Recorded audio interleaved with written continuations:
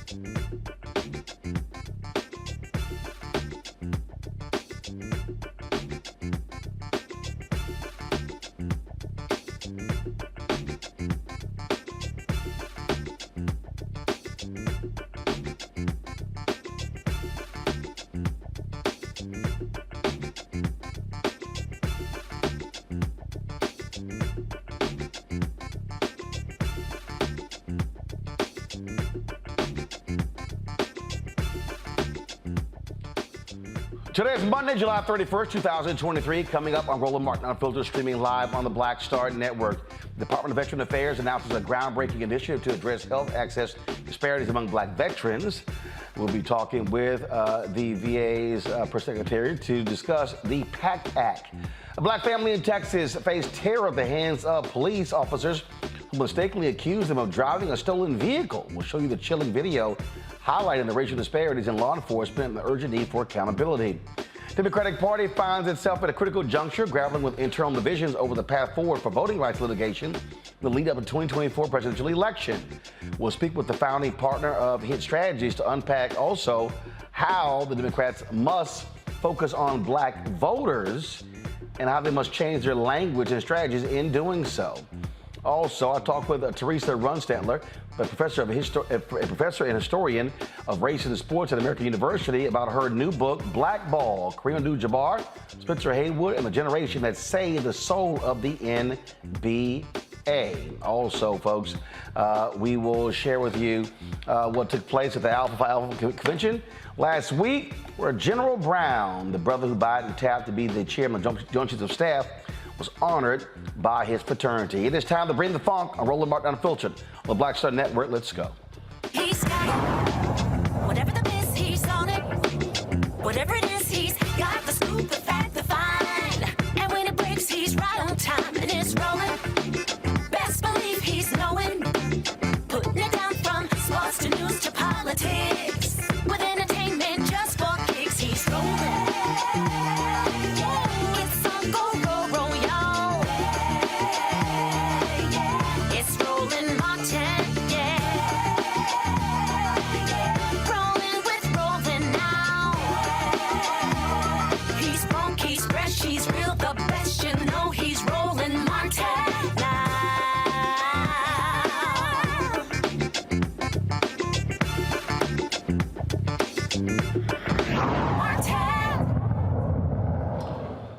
Folks, in the Department of Veteran Affairs, they have a new agency. It's called New Agency Equity Team, called IDEA, standing for Inclusion, Diversity, Equity, and Access. IDEA Council was established last month to ensure the VA delivers on its promise to provide world-class care and benefits to all veterans, their families, caregivers, and survivors, regardless of their race, age, ethnicity, gender, religion, disability, or sexual identity. Some of that includes the most significant health care and benefits expansion in the history of the VA. It's called the PACT Act, which was signed into law by President Joe Biden last year. It may benefit veterans exposed to toxic burn pits. Since the law took effect, officials said they have received more than 744,000 PACT-related claims and 103,000 enrollments. Terrence Hayes, the Department of Veteran Affairs press secretary, joins me right now to discuss this. This was not easy to pass. You had a lot of initially Republicans who were opposing it. You got people who were running out there talking about they love the military and let's fight for veterans, but they were fighting against this. And so, folks who don't know, what does it exactly do? How comprehensive is the PACT Act? Roland, this could potentially impact more than 6 million veterans. 6 million? More than 6 million veterans and survivors. So we're talking Vietnam War veterans. We're talking Gulf War veterans. We're talking post 9/11 veterans like myself. Those who may have come in contact with Agent Orange, burn pits, or other toxic substances because of their service. So this gives us at VA the opportunity to really get more folks enrolled into our healthcare system where they will receive better outcomes, but also there's benefits due to many of these individuals, and that's why we're doing a full court press right now to inform and educate as many veterans as possible. So what is a burn pit? What is that? Burn pit is anything that, you know, I was in Iraq myself, and it's where we dispose of anything you can name of. You're talking about food waste, you're talking about garbage, you're talking about feces, you're talking about jet fuel. All of those things go into this burn pit to burn it away. And unfortunately, it's on the camp that many soldiers and service members reside on. So as a place in there are burned, and as we see that photo there, go back to the photo that you actually showed, and then those toxins obviously in the air and then going across the base. Absolutely, absolutely. So again, this is critical that we ensure that at the VA that we deliver on our promise to give care and benefits to those veterans potentially impacted by those burn pits and their survivors. Now, you talk about this enrollment period. Is it a set number of years? Is there a cutoff date? No, there's no cutoff date. The great thing is that you can apply for PACT Act benefits today, 10 years from now, 30 years from now. That's not going away. However, there is a sense of urgency where we're approaching the 1-year anniversary of when President Biden signed the bill into law last year. And it's important that veterans impacted and survivors please enroll apply for benefits on or before August 9th, because then you're potentially eligible for backdated benefits to when President Biden signed the bill last year. So that's 12 months worth of monetary benefits on top of other benefits that survivors may have as well. We're talking about education benefits, stuff like that. Now, when you say survivors, so let's say the family member has someone they've since passed away. Can they apply? Exactly. Spouse, children. If you know that your loved one, your veteran, passed away because of any of those conditions, and you can find those conditions at our PACT Act website, va.gov/PACT. If anyone passed away because of any of those conditions, we are encouraging them to stop what they're doing, apply today. There's benefits due to them. Let's go. Questions from my panel. I'm joined by Dr. Julianne Malveaux. She's the Dean, College of Ethnic Studies, California State University, LA. Dr. Amakongo Dibinga, Senior Professorial Lecturer, School of International Service at American University. Glad to have both of you here. Julianne, you first. Sure, brother. First of all, thank you for this information. It's very important information. I think, how does this especially affect Black women? I know that we have significant numbers of Black women vets who are very often overlooked. Can you talk specifically about this PACT Act of Black women? Absolutely. As a matter of fact, I was just in Boston this past week at the NAACP convention where we signed an historic memorandum of agreement to where now the VA, for the first time, will collaborate and work alongside the NAACP to figure out better ways to ensure that we're delivering world-class care and benefits to veterans, specifically Black and brown veterans.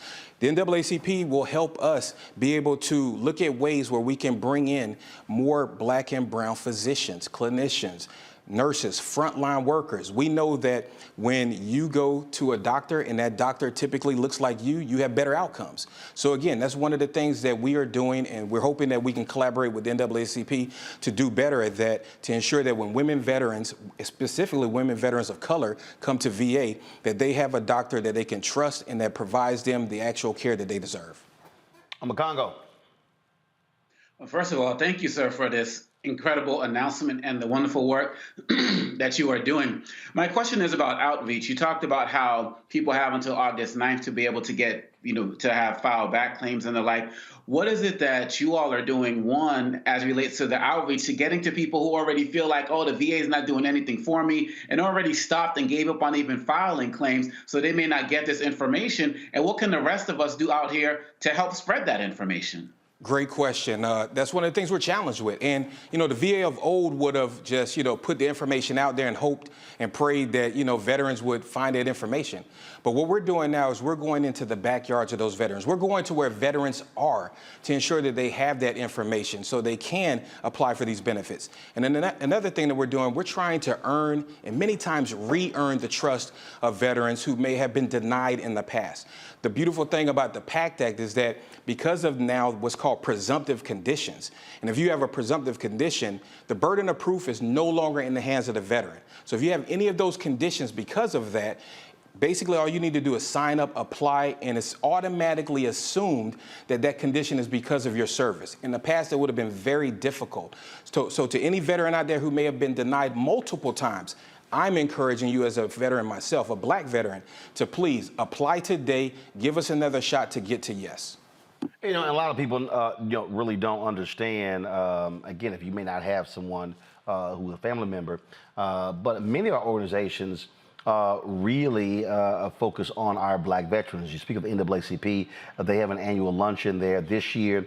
Go to my iPad. This was the first year the Alphas had a military luncheon. General Charles Q. Brown Jr., he gave the keynote speech. He, of course, is the Chief of Staff for the Army. They had a long photo line. He couldn't get to everybody, so he said, I'm going to go down the line, do fist bumps with everybody.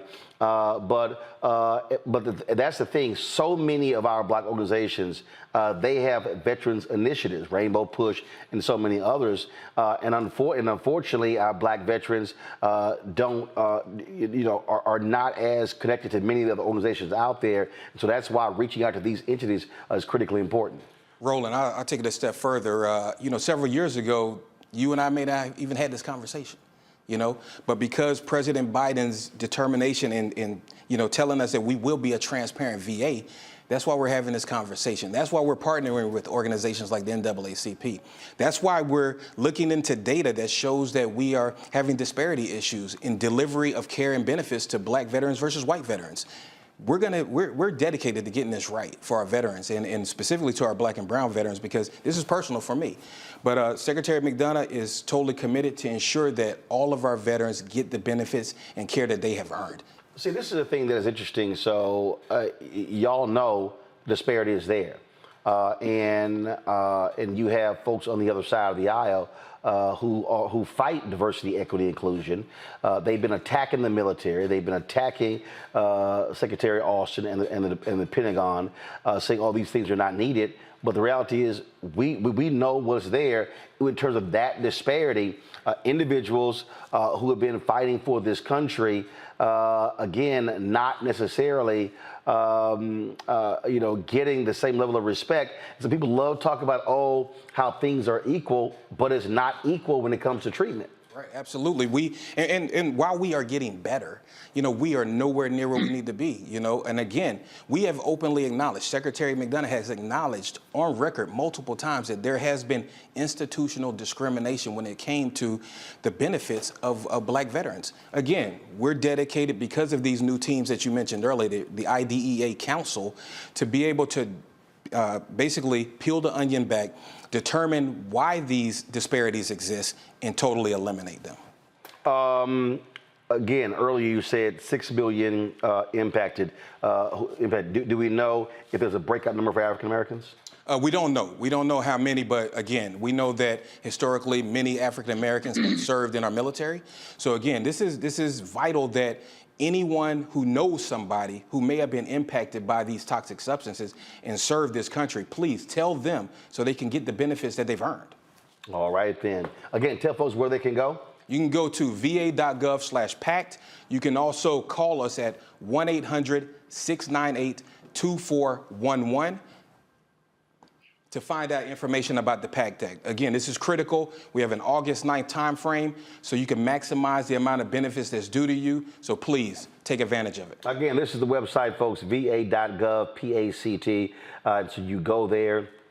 You see all the information. And again, you see right here, it says there's no deadline to apply for PACT Act benefits, but if you file your PACT Act claim or quickly submit your intent to file by August 9th, 2023, you may receive benefits backdated to August 10th, 2022. So don't wait to apply today. And so all information is right there on the website. Questions, all kinds of different things here. So for you to actually go to. You see it says Gulf War era and post 9/11 veteran eligibility, Vietnam era veteran eligibility, and lays out getting benefits, all information that you will need. So please go there, va.gov/PACT. Terrence, we appreciate it. Thanks a lot. Thanks for having me, brother. All right, folks. Got to go to a break. We'll be right back on Roland Martin Unfiltered on the Black Star Network. Don't forget, download our Black Star Network app, Apple phone, Android phone, Apple TV, Android TV, Roku, Amazon Fire TV, Xbox One, Samsung Smart TV.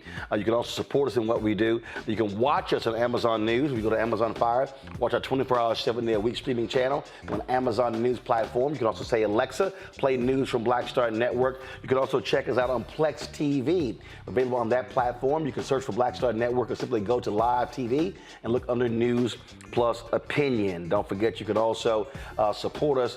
Your resources make a big difference for us. Join our Brina Funk fan club. Send your check and money order, P.O. Box 57196, Washington, D.C. 20037-0196. Cash App, $RM Unfiltered, PayPal or Martin Unfiltered. Venmo is RM Unfiltered. Zelle, Roland at RolandSMartin.com. Roland at RolandMartinUnfiltered.com. Be sure to get a copy of my book, White Fear, How the Browning of America is Making White Folks Lose Their Minds. Available at bookstores nationwide, Barnes & Noble, Target, Books A Million. You can also get your book on Amazon, download your copy on Audible. We'll be right back. On the next Get Wealthy with me, Deborah Owens, America's Wealth Coach, the studies show that millennials and Gen Xers will be less well off than their parents. What can we do to make sure that we get to children younger and that they have the right money habits? Well, joining me on the next Get Wealthy is an author who's created a master playbook. Be willing to share some of your money mistakes, right? If that's what you have to lean on, start with the money mistakes that you have made, but don't just tell the mistake, right? Tell the lesson in the mistake. That's right here on Get Wealthy, only on Black Star Network. Hatred on the streets, a horrific scene, a white nationalist rally that descended into deadly violence. white people are losing their damn minds. As an angry pro-Trump mob storms the U.S. Capitol, we've seen shooting. We're about to see the rise of what I call white minority resistance. We have seen white folks in this country who simply cannot tolerate black folks voting. I think what we're seeing is the inevitable result of violent denial. This is part of American history. Every time that people of color have made progress, whether real or symbolic, there has been what Carol Anderson at Emory University calls white rage as a backlash. This is the rise of the Proud Boys and the Boogaloo Boys. America, there's going to be more of this. Here's all the Proud Boys, guys. This country is getting increasingly racist in its behaviors and its attitudes because of the fear of white people. The fear that they're taking our jobs, they're taking our resources, they're taking our women. This is white fear.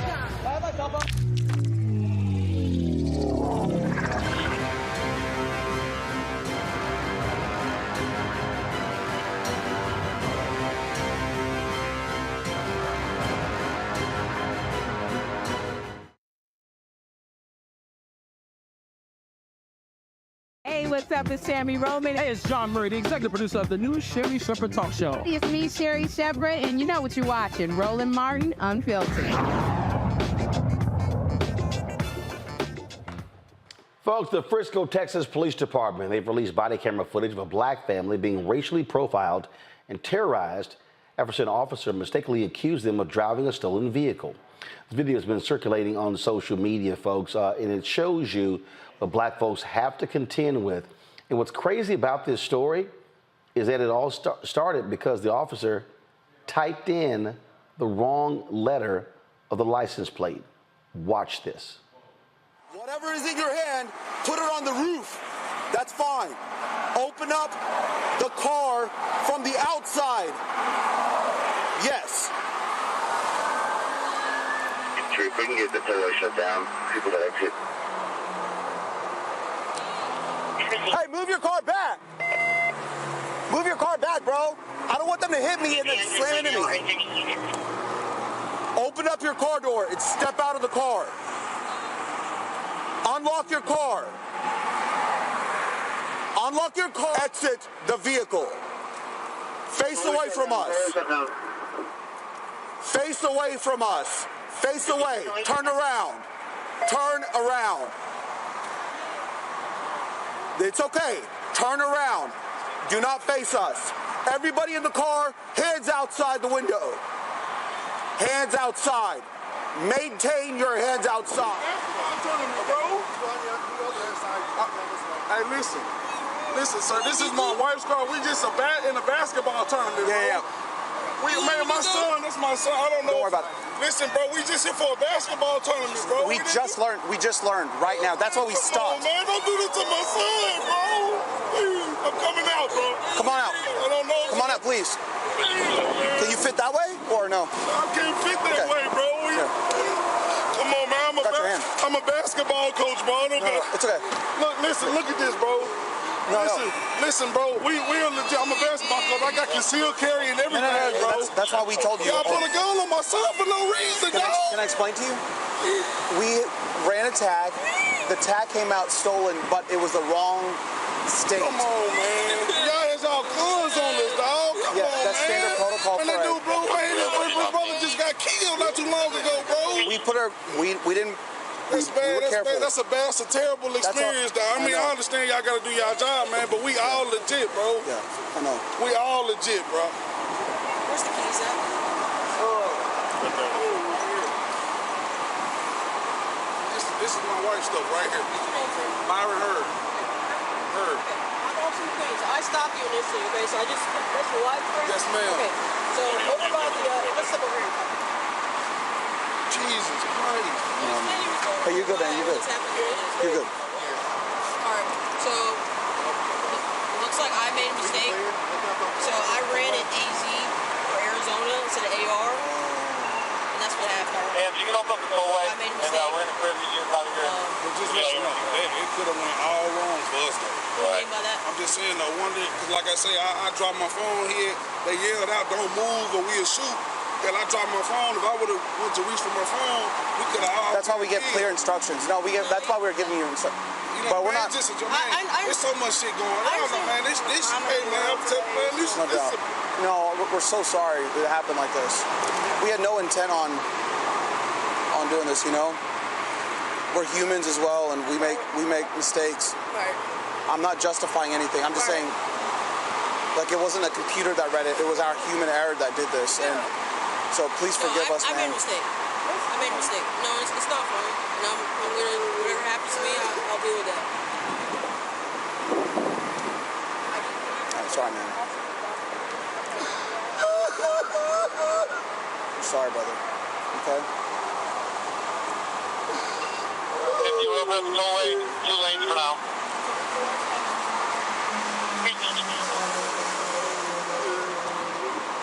Look, man, I'm gonna be honest, man. Being on the scene, knowing that children were involved, that's why we were moving so slow. We were apprehensive, brother, you know what I mean? We weren't trying to, like, be all fast and stuff. That's why. Yeah, as soon as I found out, that's why I didn't pull you guys out, because I figured out the tag, everything was good. Correct. You tag ready? Yeah, oh yeah. He's just going through the whole motions of, like, you know, what it could have been. Yeah, best of luck today, man.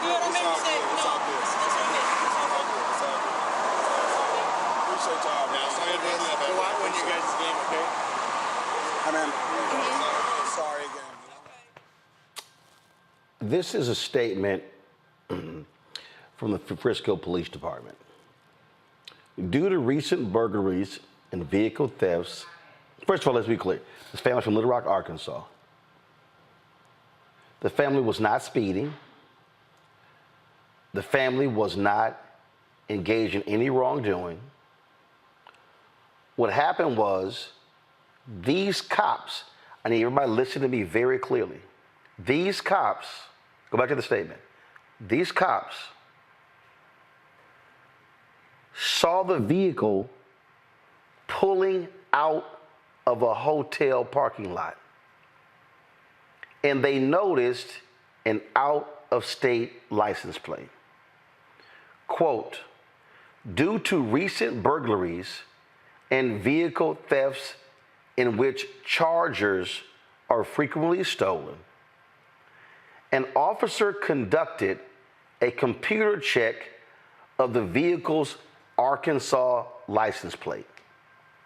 However, when entering the information, the plate was mistakenly entered out of Arizona. The error resulted in an incorrect registration return, leading the officer to believe that the vehicle was possibly stolen. Goes on to say,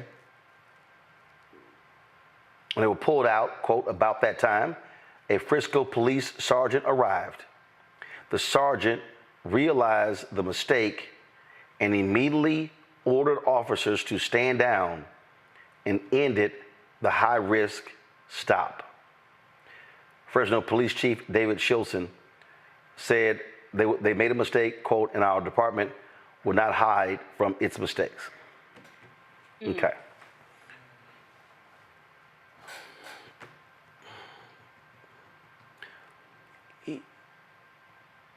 Here's the problem.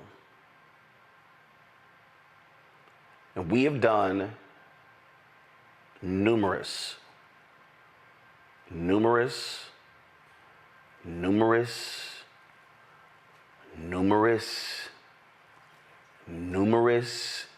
stories on black people who have been shot and or killed in traffic stops.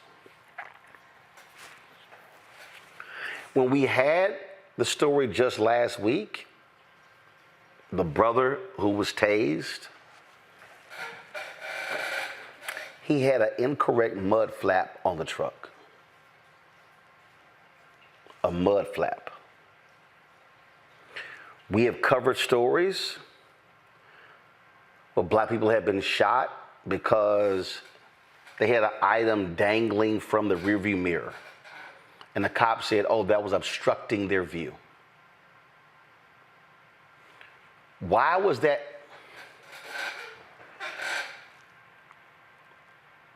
That was a grown black man who was crying like a baby.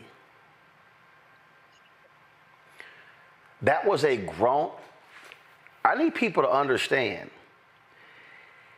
If you want to understand why black people die early, because of stress. There have been people who've had heart attacks in situations like that. That man was in tears because in a split second, he literally saw that he and his son could become the newest hashtag. Mm-hmm. And that was a black female cop. In that video, y'all, see, this is where people need to understand. It's not a question of, when we talk about the blue, it's not a question of always white and black. This is a black female cop who says, oh, I made a mistake. This black female cop could have cost them their lives. You heard the white officer say, that's why we were taking our time, taking it slow. That brother, his wife, and his son are lucky. Because we've seen other cases where cops from 3 seconds to 20 seconds would open fire, mistaking the cell phone for a gun. Oh, my gun accidentally went off. I mean, I could go down the line. Like literally, y'all, as I am sitting here talking, I am thinking about the number of stories that we've done like this, dating back to when I was on TV One, and those black people are in cemeteries right now. It's not enough, Congo, to say we made a mistake. And the reason it's not enough, because we've heard before where the cop said, my bad. And we've seen, where even when they admitted mistake, they weren't charged. And that black family is left to bury somebody. This is not something just to easily move past. To listen to that grown black man crying because he knew he was that close to being a hashtag. I'm a Congo. You know, there was a Harvard study that came out early this year or late last year that talked about the community trauma of a police shooting, where it's just not the family that deals with it, but the entire black community for a radius of miles can feel the after effects. But with social media and everything now, it's the entire nation. All of us, all of our hearts raced watching that because we know easily that it could have been us. And you talked about the fact, Roland, that sometimes people could have a heart attack when situations like this happen. The brother didn't have a heart attack then, but it can happen later. Yep. We all know what it's like sitting in our rooms thinking about how we just barely missed getting shot, barely missed just getting tased, barely missed. I also thought about those sisters who were coming back, I believe, to a university in Delaware, coming from the South, who were athletes on a bus that we talked about in this. That's psychological trauma that can last forever. You know, we've seen situations where family members die after their child gets killed or their mother gets killed. They can't live in their homes anymore. And the cops just pat you on the back and say, oh, we made a mistake, go about your day. You think they were able to play effectively that day? What was that car ride like? We're putting that mindset of inferiority and that anything we can take your life at any moment into the minds of our youngest. And as a father myself, there's nothing that that father did that I would not have done. Begging, pleading for my child's life, not even talking about my own, right in front of these people for the world to see. So now he's traumatized forever. That child is traumatized forever. And there's more extra video out there where the mother is losing it. And if you had played that part, Roland, I probably would have lost it here as well. People need to understand that this is real for us. And like I said, it's not just black versus, white. Is when it comes to the cops, it's black versus blue. Let me, I'm going to pull this. We're going to show that video, but I want to show y'all something. I'm going to go back to this story here. While they were talking to the father and the son, go back to my iPad. It says, another officer interviewing the female driver of the vehicle, who identified herself as a mother traveling with her husband, son, and nephew, so that were 3 black men, tells police that a registered gun is inside a locked glove box in the vehicle. Quote, occupants in the car, leave your hands outside the car. We know there is a gun in there. The officer with the loudspeaker is heard saying, after learning that information, if you reach in that car, you may get shot, so be careful. Do not reach in the car. About 3 minutes later, that officer's colleague tells him the wrong tag was written. This isn't a stolen vehicle. Julian, the reason that is important is because I think of Philando Castile. Yeah. When Philando Castile told the cop that he had a concealed handgun, that cop quickly fires and kills Philando Castile. That mother likely is losing it because, again, by her saying there's a gun in the glove box, she also saw we could all end up dead. Roland, this is a family that has been unfairly traumatized. I don't care if the people are sorry or not. There have to be consequences. You just can't do that. I know. I'm looking at my keyboard right now because she says she put in A, Z as opposed to AR, but Z and R are not anywhere near each other on the keyboard. If you said it was A, Z, or AR as opposed to AT, that's not a state, of course. But, I would say, okay, maybe she made a mistake, her finger twitch. No, I'm not saying it was deliberate. It was careless. It was stupid. And basically, this sister needs, beyond counseling, she needs to be suspended without pay for at least a year. The white boy, we sorry, we're human. I don't want to hear that you're human when you reduce my child and my spouse to tears. I don't want to hear about your humanity. I mean, your humanity is incidental to the fact that we could have been killed. I think Richard Wright years ago said, when there's a lynching in Mississippi, I can feel it in Chicago. And what he was talking about was the universal trauma that black people experience when we see these kind of things happen. I don't know how many other little black boys who learned about this felt themselves at risk and at danger, felt their own stomachs not up. I don't know how many sisters seeing their man being treated this way and crying. I mean, we know brothers don't let loose like that too often. He was holding a lot in. He was holding a lot in. And I don't know how many people are sitting saying, spit, that could have been me. And so these little specious apologies, and I mean specious, they're necessary. It should never have happened. There must be consequences. And this is a racial trauma, not a family trauma. We are all feeling this. Absolutely. Folks, hold tight 1 second. When we come back, Democrats are looking at trying to hold on to the White House in 2024, as well as hold on to the United States Senate. Black voters will be a key, but it is the Democratic Party and its white strategists listening to black people? Or are they going to be stupid again and end up costing themselves the White House and the Senate? We'll break it down next on Roland Martin Unfiltered on the Black Star Network.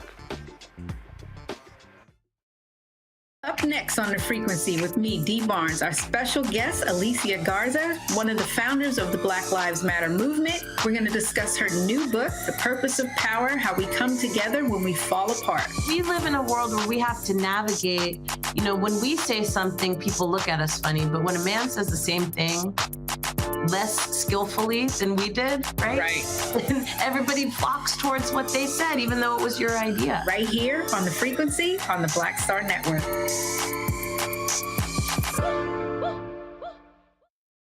On a next, A Balanced Life with me, Dr. Jackie. How are you being of service to others? Doing for someone beside yourself is such a big part of living a balanced life. We'll talk about what that means, the generation that missed that message, and the price that we're all paying as a result. So now all I see is mama getting up in the morning, going to work, maybe dropping me off at school, then coming back home at night. And then I really didn't have any type of time with the person that really was there to nurture me and prepare me and to show me what a life looked like and what service looked like. That's all on the next A Balanced Life with me, Dr. Jackie, here at Black Star Network. Hey, what's up? Geek Tony in the place to be. Got Cake Touch Mama's University, creator and executive producer of Fat Tuesdays, the air hip hop comedy. But right now, I'm rolling with Roland Martin, unfiltered, uncut, unplugged, and undamn believable. You hear me? All right, folks, welcome back to Roland Martin Unfiltered on the Black Star Network. Washington Post dropped a story today that those of us in black-owned media, well, look, we're quite familiar with, and that is the struggles that are existing in the party when it comes to attracting black voters. So now, let me be perfectly clear. Black women are the largest voting bloc in the Democratic Party. Black men are number 2. Yet what we have seen over the past 10 to 12 years has been a decline, if you will, in black voter participation. Now, you look at also what happened. You do see this uptick, if you will, of black voters, namely black men supporting Republicans. It is not major, but it is still significant. Now, the reason this is all important is because there's always been sort of this one-size-fits-all strategy reaching black voters. But as black older voters get older and become ancestors, fewer African Americans self-identify as Democrat, even though they may end up voting Democrat, but they don't self-identify as Democrats. And so the story in the Post, which we talk about all the time, we've been talking about for years, is nothing new for us. The question is, will the party leaders listen? Terrence Woodbury is the founding partner of Hit Strategies, one of the top pollsters in the business. He joins me now from Washington, D.C. And Terrence, we have talked about this on so many occasions. And I'm going to say, and I tweeted all of this earlier, I'm going to say what the Washington Post would not say and would not write, and what the New York Times will never write, and what CNN will never discuss, and what all these people will never say. The fundamental problem is white campaign strategists first refuse to hire, no, let me take it further. White candidates refuse to hire African Americans to run campaigns. Black candidates oftentimes don't hire black campaign strategists. They ghettoize black pollsters. And if they do hire folks, they don't listen to them. And then what they do is those white strategists put all that money in television.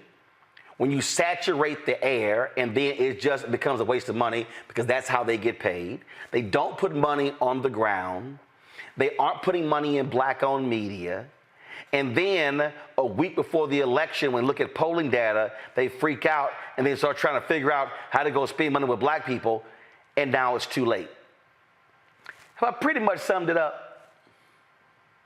I mean, that is, that's a lot of the problem that we're dealing with here, Roland. We have, black voters are acutely aware of the role that they play in the body politic, specifically the role that they play electing Democrats. They know exactly the role they play, not only electing Joe Biden, but nominating him. They know what role they play delivering the House and the Senate in 2020. And black folks in Georgia damn sure know the role that they played delivering the first a black man and a millennial to the U.S. Senate, again securing the control of that House for Democrats. The problem is now they just don't see enough progress on that agenda, despite Democrats and despite the Biden administration achieving many of the things that black folks were demanding. We have not done a good job connecting folks to the progress that's being made. I keep telling a lot of my friends in the Democratic Party, legislation doesn't necessarily equal progress. It's the ability to access the things in that legislation that equal progress. And that's where we got some work to do ahead of the next election cycle. So let's unpack that, because we spend a lot of time on this show explaining what's going on and walking people through. And the reality is, what you just laid out, there are a number of things. And you've done the data. You've had the focus groups where people said, this didn't happen, this didn't happen, this didn't happen, this didn't happen.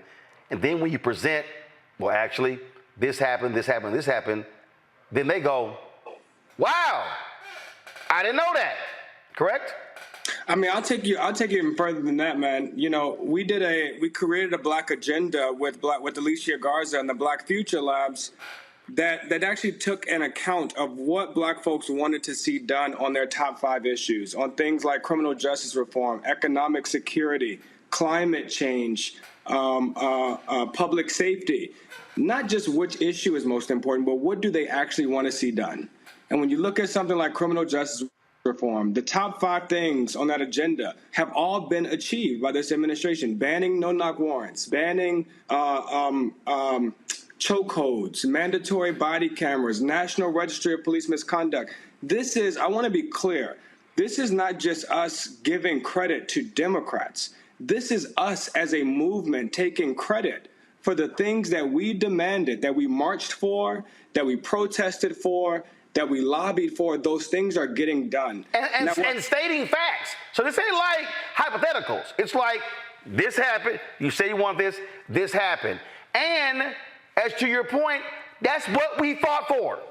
That's right. This is our progress. And we need the movement leaders from Black Lives Matter, the Color of Change, and Campaign Zero, and the rest of them to start taking credit for what the movement is achieving. Because as long as black folks, look, this was an NAACP survey I conducted last year that showed that 7 out of 10 black folks said that their lives had not improved since Joe Biden became president. 7 out of 10. Roland, if that number is true in November of 2024, if 70% of black folks cannot tell you how their lives have improved, Democrats are going to have a problem. The thing that, look, we talk about all the time, you take messaging. And here's a perfect example. Last week, Kristen Clark goes before the cameras and announces patterns and practices investigation against the Memphis Police Department. This Biden-Harris Department of Justice has launched 8 or 9 of these investigations. That's right. 1 during the Trump years. 1. I have personally said to the White House, how in the world are we seeing the DOJ putting wardens, corrections officers in prisons, convicting people of hate crimes, convicting officers of abuse and sending them to prison? And y'all don't even put it, you don't even discuss it at the White House podium. You're not giving any attention to what they're doing. And I'm sitting and I'm going, hello, this is basic. How hard is it to stand there and literally say, because again, I get the press releases, the DOJ is making the announcements, and I'm like, why are you not taking victory laps? If Karine Jean-Pierre is saying that, and then Biden is saying that, sprinkling in a speech, you can sit there and say, we are holding people accountable. That's right. They not doing it. They are holding people accountable. They just aren't talking about it as much as they need to. And so, look, this is the real problem, Roland, about how when we wait too long to start these conversations, it enforces and reinforces the cynicism that people feel. Because, you know, when you look at some of this economic agenda, tax credits and insulin being capped at $35 an hour, housing vouchers, the work that's been done, when we present that to people in focus groups, the list of progress that's been made, you know what happens, Roland? I'll never forget sitting across from a young black man in Philadelphia who started getting pissed off as he was reading the list of how much progress we had made. And I had to stop and say, wait, I'm showing you the money that is being distributed, the resources that are being distributed that you just said you needed. Why is that pissing you off? He said, because I can't access any of this. I can't access these tax credits. I can't access these housing vouchers. I can't access these jobs created by the infrastructure bill. And so if we don't connect them to these resources now, and instead come around next year and tell them how much we've done for them that they weren't able to access, it just reinforces their cynicism. And when we Steve, say, look, and when we say connecting, we say those things. Let me be specific. Go ahead. Let me be very specific, Roland. When we needed their votes in 2020 and in 2022, we put in the palm of their hand, click here to access your ballot. Click here to find your polling place. Click here to commit to sign this pledge that you're going to vote. Well, now they need to click here to apply for those tax credits. Click here to apply for those millions of jobs created by the infrastructure bill. And the example that I often give is Obamacare. Look, passing the Affordable Care Act was one of the most significant legislative achievements of the Obama presidency. But he didn't stop at passing it. He spent millions of dollars connecting people to it. Counselors, stopgaps, websites, apps, all types of ways of connecting people to the health care that they needed, because just passing the legislation was not going to. Well, I mean, that's like, I'm just going to use it as an example. That's like me sitting here going, hey, I need y'all to support Roland Martin Unfiltered and the Black Star Network, but I never give out the Cash App. I never give out any information. I never explain what we're doing. I never show people how we're progressing. I never show them what we've done with the money and how we bought new cameras and done things. And if they don't see it on the screen, it's like, well, what did you do with the money? That's right. That's why we do it. And the thing is, it's also understanding language. You said something that was important. Actually, I'm going to do this here. I'm going to go to break real quick. I'm going to come back. We're going to come back. I want you to talk about language. Because when we had you on right before the 2022 election, you explained why they can't use the phrase voter suppression in talking to younger voters. It's language. And even stuff like that, people are not getting. So Terrence, hold tight 1 second, folks. We're talking to Terrence Woodbury, his strategies right here on Roland Martin Unfiltered on the Black Star Network. We'll be right back. On A Balanced Life with me, Dr. Jackie. How are you being of service to others? Doing for someone beside yourself is such a big part of living a balanced life. We'll talk about what that means, the generation that missed that message, and the price that we're all paying as a result. Well, now all I see is mama getting up in the morning, going to work, maybe dropping me off at school, then coming back home at night. And then I really didn't have any type of time with the person that really was there to nurture me and prepare me and to show me what a life looked like and what service looked like. That's all on A Balanced Life with me, Dr. Jackie, here at Black Star Network. When you talk about blackness and what happens in black culture, we're about covering these things that matter to us, speaking to our issues and concerns. This is a genuine people-powered movement. There's a lot of stuff that we're not getting. You get it, and you spread the word. We wish to plead our own cause. Too long have others spoken for us. We cannot tell our own story if we can't pay for it. This is about covering us. Invest in black-owned media. Your dollars matter. We don't have to keep asking them to cover our stuff. So please support us in what we do, folks. We want to hit 2,000 people, $50 this month, raise $100,000. We're behind 100,000, so we want to hit that. Y'all money makes this possible. Checks and money orders go to P.O. Box 57196, Washington, D.C. 20037- 0196. The Cash App is $RM Unfiltered. PayPal is R Martin Unfiltered. Venmo is RM Unfiltered. Zelle is Roland at RolandSMartin.com. Hey, what's up, y'all? I'm Devon Frank. I'm Dr. Robin B., pharmacist and fitness coach, and you're watching Roland Martin Unfiltered. Welcome back, Roland Martin Unfiltered. We're talking with Terrence Whitberry, Hit Strategies, one of our top pollsters. Terrence, language. Yeah. What you say, how you say it, what resonates with voters. Two things. One, talk about your voter suppression data. But one that blew me away was when you said, when you say we need you to vote because folk died for it, they ain't feeling that. But when you say your vote could be the difference, that's right. That speaks differently and resonates with black voters. Explain. That's right. You know, we've done a lot of work around messaging and narrative with black voters, which is where a lot of the challenge is. It's not as much a governing problem as it is a messaging problem in some cases. And one example of that is the way we talk about voter suppression efforts. Right? We found that using that language, voter suppression, it incites this expectation that is something that we've dealt with before. That was something that we marched for in the 50s and 60s. That was a civil rights challenge. And in fact, there's just a distraction from the real challenges that we have today. But instead, when you talk about efforts to make it harder for just enough people to vote to make the difference, that is something that's familiar to people. And you got to be specific. Your data says they are closing voting locations. That's what you say instead of voter suppression. That's exactly right. That's right. Voter suppression sounds like something from the civil rights movement. But when they're just trying to make it hard enough for just enough people to vote by doing things like closing a few locations, by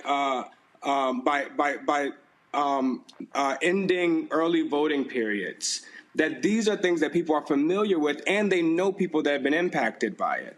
And then they become more resilient. They become, we call voter vigilance, right? They're expected to overcome those barriers.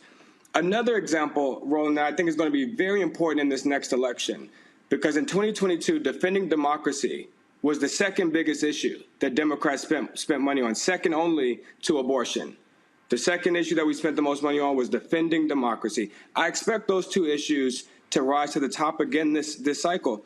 The only difference now is that we can't keep expecting folks that have had mixed results from democracy, that don't always win from democracy, that those may not be the people that are most likely to defend it. The simple language shift that we have to make here is from defending democracy to fixing democracy.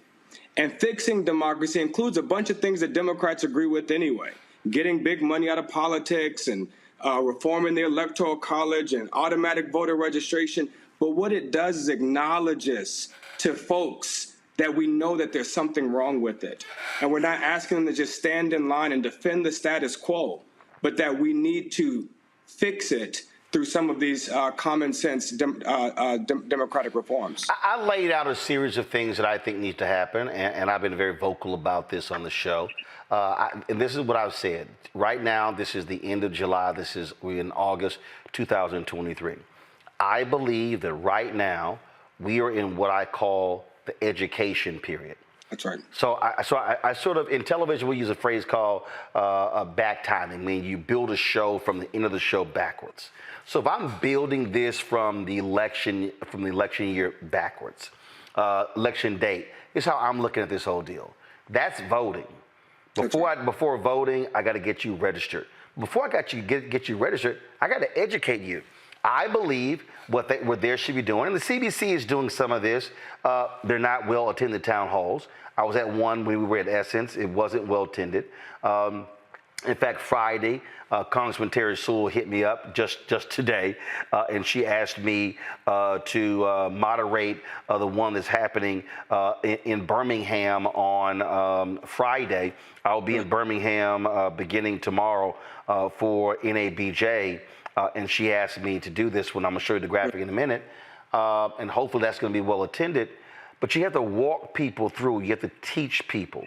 And I think what you're talking about and what I'm talking about, there should be literal town halls, voter engagement, low propensity, high propensity. It should be micro-targeted. There should be specific conversations with black men, specific conversations with black women, specific conversations with black entrepreneurs, specific conversations with different groups, because you have to tailor messaging to those different people. I experienced it when I was in Georgia. There was a black woman who owned a coffee shop, who supportive of Roe v. Wade, but she said her number one concern was tax policy, and she was listening to Herschel Walker. So you can't look at her and just go, oh, talk about the Dobbs decision. She was like, no, I'm looking at, I own a business, I've got employees, I'm looking at taxes. And that's the kind of micro-targeting Democrats that better understand that should be happening right now, these constant engagement conversations, and not always going to the damn barbershop and beauty salon. That's exactly right, Roland. You know, I appreciate you, brother, because you are doing a lot of the civic education that we need. And when you start to disaggregate the black community, you know, we've created these clusters amongst black voters that really begin to put them into these categories, groups of black voters beyond just age and gender, right? Because when you start to break them out, there's a very cynical group of black voters that are closest to the pain, that haven't felt like the democracy has been working for them. For a lot of them, they are choosing to withdraw. They are choosing to not participate in a system that does not seem to work for them. But then there's another group that's equal, the exact same size, 30%, that is not cynical. In fact, when you ask them, they say they participate in every election. But the record shows that they done missed a few. That's just a lack of information. When I talk to them folks in focus groups, they actually get pissed off that they missed the last election. Well, there's a different intervention for the cynic that says this doesn't matter. That voter, in fact, needs to be persuaded to re-engage, while this other voter, this lower information, aspirational voter that thinks they vote in every election, they need to be informed and empowered. And so we got to make that difference. And the last thing I want to, you know, as we talk about this language shift, and I've been responsible for some of this, as I've been trying to close the gap between black men and black women. We have to stop talking about the problems with black men, because it seems to imply that they're the problem. Yep. Instead of talking about the barriers that have been erected against black men. And there are barriers that we need to start tearing down, and it ain't black men's fault that they're there, but it's our fault if we know that they're there and we don't start. Before I go to Juliana Omakongo, here's the other thing that you also got to do. You got to give black men credit. Doug Jones, when he won the election, it was very interesting. All of these stories, nearly every story, and let me be real clear. I done put a bunch of sisters on the air. I have higher heights, named it so. Can't nobody sit here and try to question my credentials when it comes to black women. But damn near every story, black women elected Doug Jones, because it was 96%. It was 92% for black men. That's right. And so what happens is, and this is what I'm about to say right now is a very touchy subject, because I've seen it play out. And Siobhan was on the panel with us at the Alpha Convention where she talked about this here, this pitting of black men and black women. But the reality is, and I'm going to say this, and brothers, y'all can act a fool if you want to, we do have to acknowledge ego. We do have to acknowledge misogyny. We do have to acknowledge sexism and paternalism. But there is this sort of thing where brothers are voting, but folk act like they ain't important. That's right. And so psychologically, for a certain group of black men, when all they hear is black girl magic and black women this and black women that and black women this and black women that, and they never actually hear black men being affirmed politically, then they go, well, shit, what about us? Oh, the hell with this, we ain't interested. And that's is also where Republicans are seizing on. That's right. And because the other side of only hearing black girl magic and black women deliver, which they are, both delivering and magic, the other side that black men hear a lot is toxic masculinity, you know, and the problems with sexism and chauvinism And look, I got to remind a lot of Democrats often that not all masculinity is toxic. And we cannot allow Republicans to claim these values that are so inherent to who black men are. Black values like family, like masculinity, like Jesus, not just God, but also Jesus is critical to a lot of the foundation of who a lot of black men think they are. I mean, believe that they are. And far too often we've ceded those values to Republicans, and that's how they're starting to make progress. Also, wealth creation and independence. Yep. You know, not all black folks is poor. This ain't always about reducing There you poverty. go. Yeah, hey. Some of it's about creating wealth. Hey, look, I was asked by the White House after President Biden's State of the Union speech, and they said, hey, what do you think? I said, yeah, it was a good speech. I said, but y'all need to focus on business creation and building scale. I said, I'm telling you right now, I said, the numbers are real. And see, people don't want to own up to some stuff. Look, I found that school choice is the black choice. Andrew Gillum learned that in Florida. Nobody can explain why 18% of black women voted for Ron DeSantis, because he was talking about opportunity scholarships. It's a whole bunch of black women want to make sure their kids get educated, and school choice is one of those issues. It's a lot of Democrats who oppose charter schools, they oppose vouchers, but guess what? It's a big percentage of black people where that is important, and if you go so hard against that, they like, yo, I'm a single voter issue. And so these are the nuances of the 21st century black voter that these white campaign strategists and candidates don't seem to understand is happening in real time.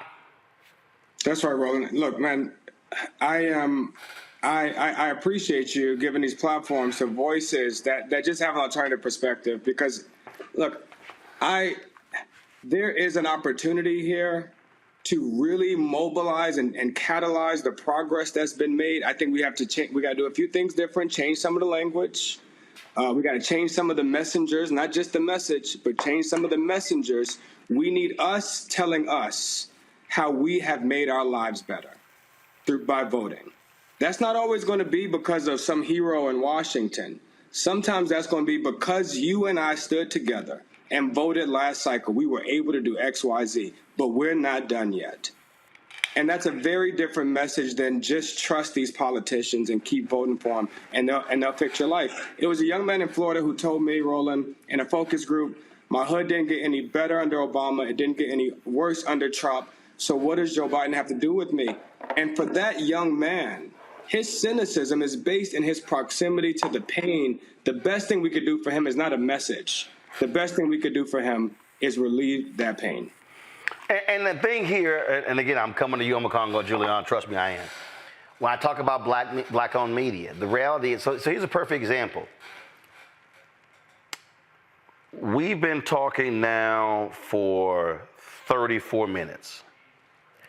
MSNBC, Fox News, definitely not Fox News, but CNN, ABC, NBC, CBS, they ain't dedicating this type of time to the nuance of walking us through that. That's right. And what these white strategists are going to have to do is respect black-owned media, and they should be sitting here going, okay, you've got black podcasters, you've got black-owned media sources, and they've got to stop the game of saying, well, we're going to throw them some celebrity influencer money. No, you're going to pay out of the media budget. I know that experience where, and I had a member of Congress said, Roland Martin owns a media company.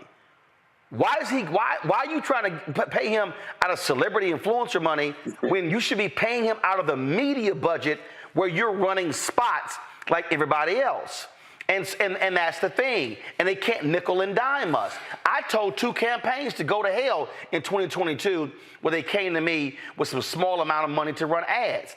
And this thing, and everybody listening as well, this is not just a message for Jamie Harris and the DNC. It is for Senator Chuck Schumer and the Democratic Senate Congressional Committee, the DSCC. It's for the DCCC. It's for the Democratic Governors Association, but it's also for all these progressive PACs and these progressive groups. It's for the environmental lobby. It's for the reproductive rights people. It's for LGBTQ. It's for LGBTQ. Look, that's right. I'm sick of these folks sitting here spending all this money out here, and they're not including black people, and then when our asses get in trouble, they want to come to us and play Superman and Superwoman and save the day. And when I said this when we were in Atlanta together, all these progressive groups, the number is very clear. They should be putting a minimum of $500 million into progressive groups on the ground to drive black voter turnout in at least 10 to 15 states. That's right. That's just grassroots. That ain't black-owned media. And I've said this to the Biden folks. That little nice announcement in 2016 or 2020. We a $6 million historic investment in black-owned media. Fat Joe said it. Yesterday's price ain't today's price.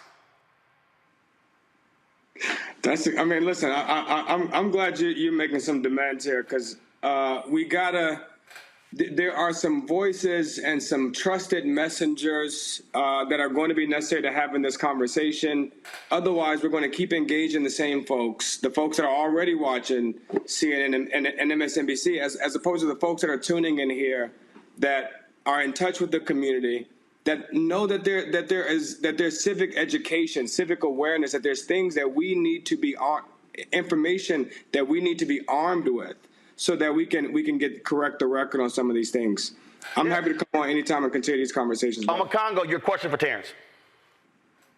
So one of my questions, and thank you for all of your incredible work, I'm wondering if you are fearful that as we get closer to the election, some Democrats are going to intentionally try to play the middle, which will lead to them ignoring more black voices and basically end up what happened with Tim Ryan and J.D. Vance in Ohio, where he tried to play the middle and basically said, like something to the effect of Obama was wrong, which immediately lost him a lot of black votes. Do you feel like that's going to happen? People are going to try to even ignore more black voices by trying to play towards the middle in some attempt to get more white independents or white conservatives?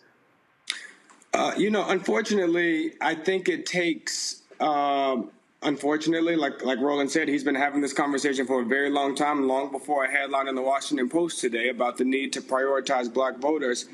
But unfortunately, I do think it takes that headlines like we saw in the Washington Post to jar people's attention, to get them to realize that the key to success is to mobilize your most loyal voters. This is what Republicans have figured out.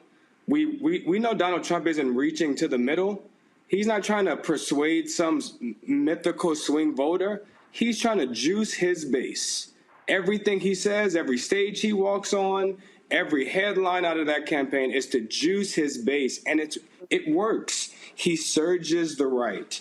And we have an opportunity to surge the left. I think that a lot of the surge that we saw from the left in 2020 was a response of the movement. A lot of that was the Black Lives Matter protests and the groundswell that we saw from young people. And in 2022, a lot of that was from the reproductive justice movement. Well, this time, either we have to recreate those movements or we have to find new ways of harnessing that energy that is oftentimes coming out of young people and multiracial coalitions. Julian?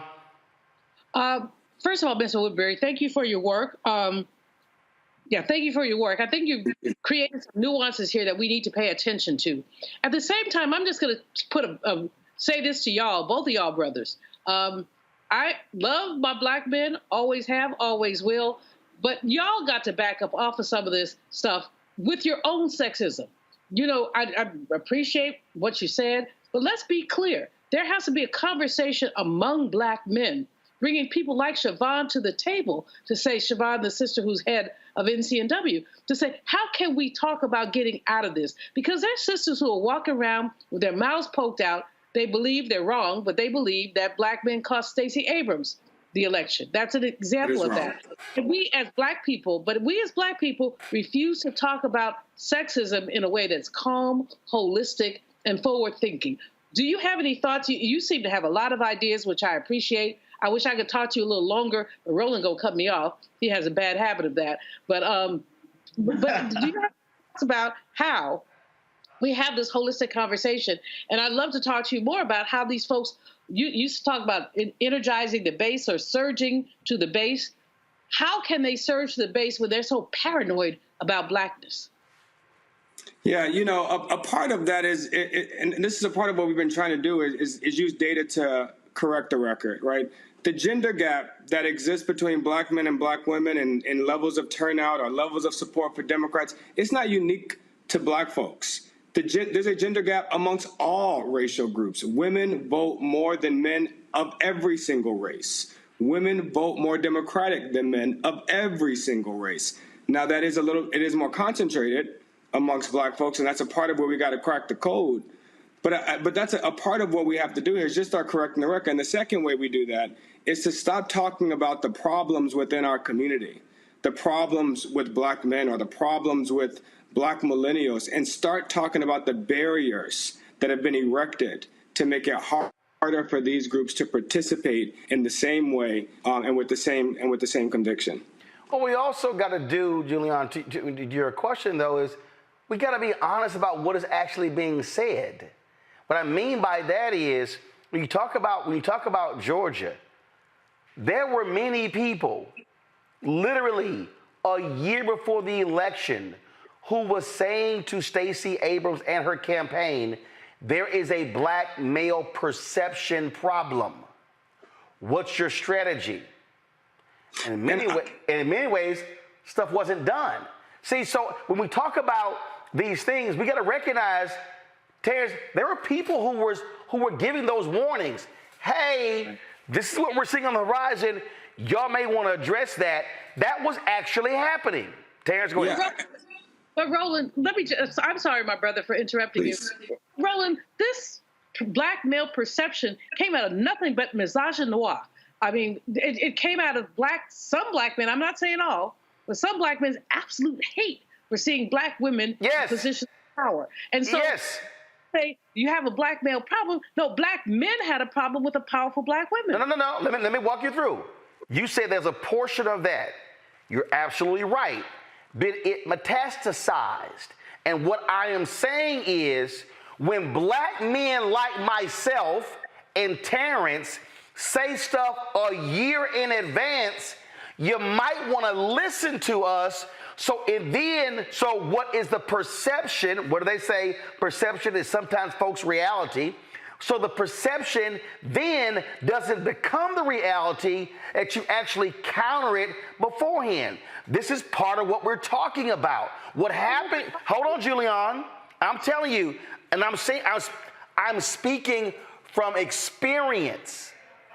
I know black men who reached out and said, hey, y'all, we're seeing this rumbling. Let's counter this very early. Folk didn't listen to them. And that's what we're talking about here. We're saying listen to black men, listen to black women, talk to them before it's too late. Terrence. If I could just respond from the data, what we saw after the 2018 election was that had black men voted for Stacey Abrams at the same rate as black women, she would have been governor. And Stacey Abrams was very acutely aware of that statistical fact. And where I might disagree a little bit, I think that she built a campaign to address what Stacey has always done, built data-driven strategy. And so she saw that gap and that gender gap between black men and black women in her first campaign. She made investments and programmatic shifts to address that, and not just in barbershops, but in actually recruiting and enlisting a team of black male surrogates and strategists to go out and pursue those black men. And the result was that Stacey closed the gender gap. Well, the trends that we saw in Georgia bucked all national trends amongst black voters. So I don't want to speed bump that. So all of the stories in mainstream media were black men not supporting Stacey. No, you're saying the data shows that was a lie. Empirically, I can prove it in the data. It is a lie. Stacey closed the gender gap between black men and black women, smaller than it was anywhere in the country. The gender gap between black men and black women was smaller in Georgia than it was anywhere in America. So it's a lie also. It's also a lie when people say, if black men had voted in 2022, she would have won. That is because a lie. folks are putting that by saying that black men cost her the election. You say the data is clear. That's also a lie. It is clear in the data. The gap between, because I did a deep dive to figure out, well, what was the difference between Warnock and Abrams?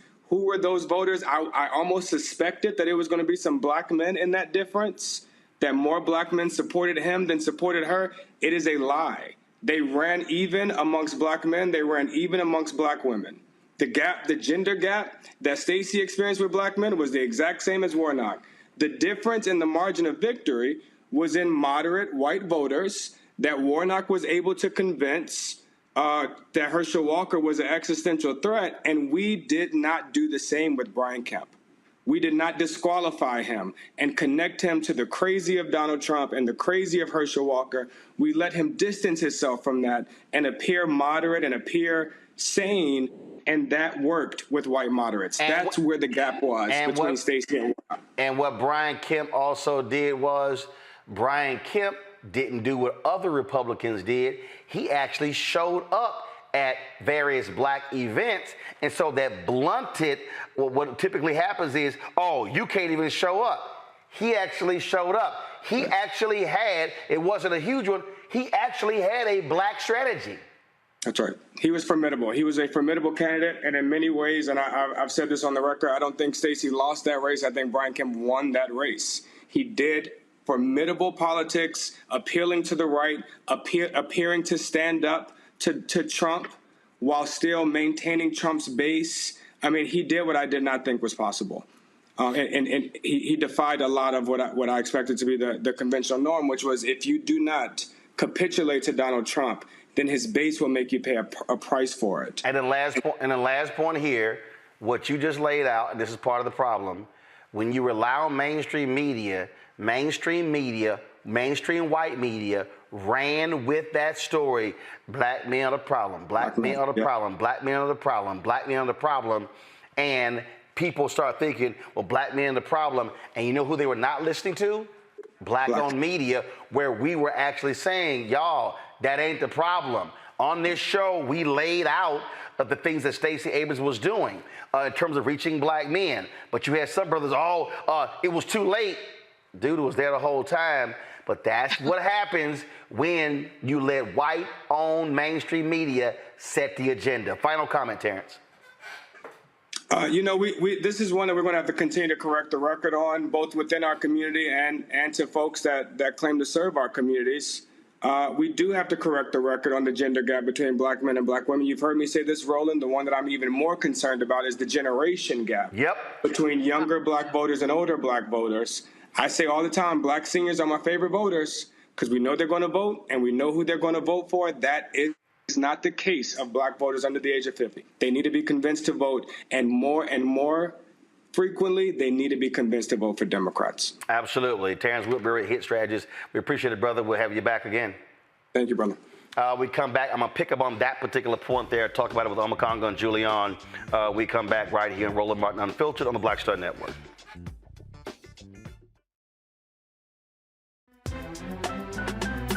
I'm Faraji Muhammad, live from LA. And this is The Culture. The Culture is a two-way conversation. You and me. We talk about the stories, politics, the good, the bad, and the downright ugly. So join our community every day at 3 p.m. Eastern and let your voice be heard. Hey, we're all in this together. So let's talk about it and see what kind of trouble we can get into. It's The Culture. Weekdays at 3, only on the Black Star Network. Black Star Network is here. Oh, no punches! I'm real revolutionary right now. Thank you for being the voice of Black America. All momentum we have now, we have to keep this going. The video looks phenomenal. See, there's a difference between Black Star Network and black-owned media and something like CNN. You can't be black-owned media and be scared. It's time to be smart. Bring your eyeballs home. You dig? Hello, we're the Critter Fixers. I'm Dr. Bernard Hodges. And I'm Dr. Terrence Ferguson. And you're tuned in to Roland Martin Unfiltered.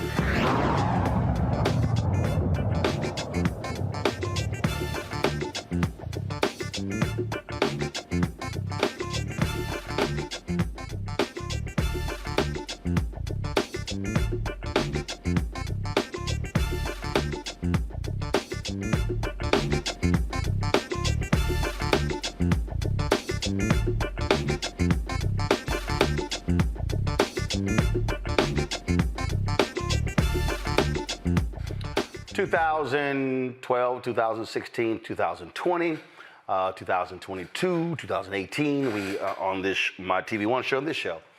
I often would show people various studies when it came to black voters. The point that Terrence Woodbury is making at the end there, people need to understand.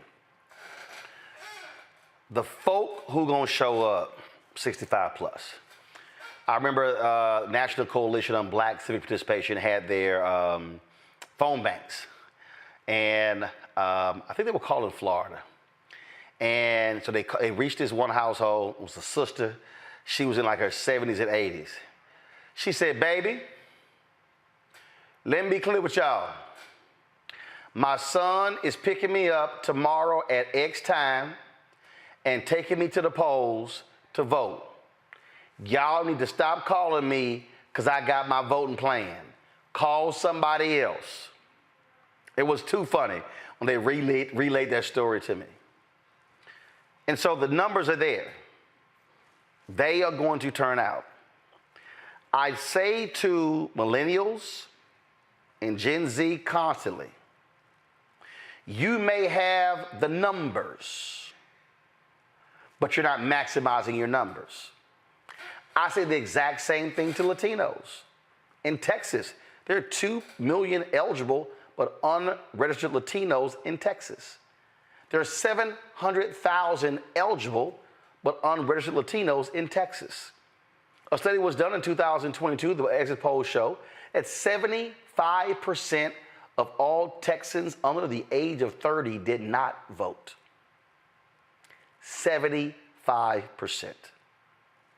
And so when we're talking about what's happening now, this is where the voter education comes in. We've got to have real conversations to young voters to explain to them, you sitting out elections means that those who are Gen X or baby boomer, they're the ones who are deciding your future. So you can't complain about the old folk decide our future when you're not showing up.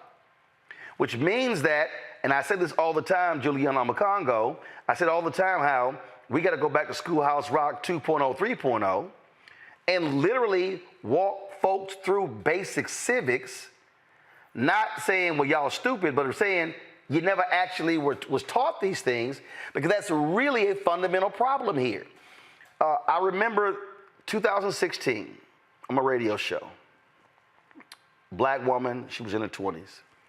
She called into the show, and she said, I ain't feeling Hillary, I ain't feeling Donald Trump at all, so I'm not voting in the presidential election. I'm focusing on state issues. I said, where you from? Again, I think she was like 23 or 24. Activist, engaged. So you would think, what I'm about to tell you, she knew. She said, I'm from North Carolina. I said, okay.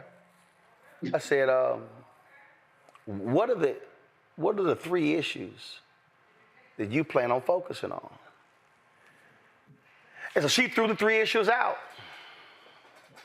I said, okay. I said, now you said you're not going to vote in the presidential election, right? She said, absolutely not. I'm not feeling Hillary or Donald Trump. I said, are you aware that your 2 U.S. senators have blocked 2 black women who President Obama nominated for the federal bench? It was Tillis and Barr. I said, are you aware of that? She says, no, I'm not. I said, she said, my number 1 concern in North Carolina, voting rights. I said, interesting. I said, are you aware that it's federal judges who have ruled against North Carolina's voter suppression bills?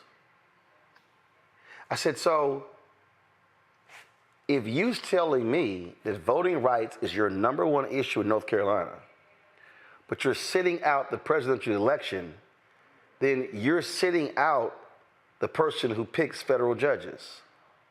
Then you're sitting out the U.S. Senate race where they confirm federal judges. I said, so sister, I'm confused. How can voting rights be your number one issue and you're completely ignoring the individuals who play a direct role in the issue that you say is your number one issue?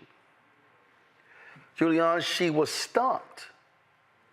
I said, sister, you're not connecting the dots to how federal policy has a direct role on what's happening in your state. She was blown away. Well, you know, one of my favorite stories that I'm told not to repeat is of a young lady who told me she could not vote for Hillary, and she got very emotional at the 16 Democratic convention. I had played some role in her getting there, so you know I was a little fried when she jumped up and she could not vote for them. So I stopped speaking to her. 2 years later passed. Here we got Gorsuch and Kavanaugh. Baby girl calls me Doc, and she's all emotional again. What are we gonna do about our abortion rights? And I said, baby girl, I'm over 60. I don't have abortion rights. But what you have is a problem because you did not have forward thinking. Politics are not personal. This is what our young folks need to understand. You don't have to like the person. You have to look at what their platform is. I think it was Bill Clay Sr. said, no permanent friends, no permanent enemies, just permanent issues. And that's what our young people need to understand. I don't care if the person is charismatic.